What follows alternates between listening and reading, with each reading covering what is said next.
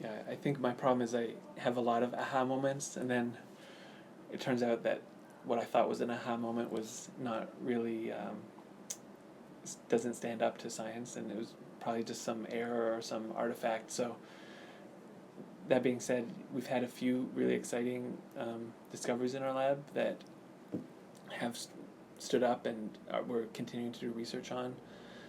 The first one was when we made these nano balloons that you can shine a laser on and they pop open and release their contents.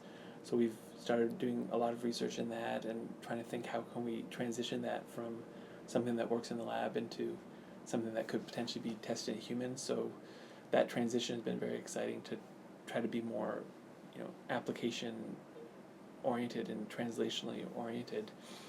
The second interesting discovery we had was this nano juice that we found that we could make a really colorful type of nanoparticle that could be drank, and that would allow us to image the intestines of mice in real time.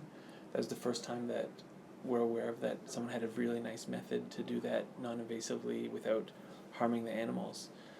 So with that project, again, we're trying to think how can we bring that from the lab to mice into humans. So that one we still have some ways to go. And then the most recent stuff we've been working in the lab, which has been pretty interesting, is trying to look at using these nanoparticles to make better vaccines and make vaccines that are more potent and vaccines that can be developed faster. So with that, we're going into a totally new area that a year ago I knew nothing about, but we're finding that I think we can make some contributions in that field. So it's always something that keeps me interested in the work, for sure.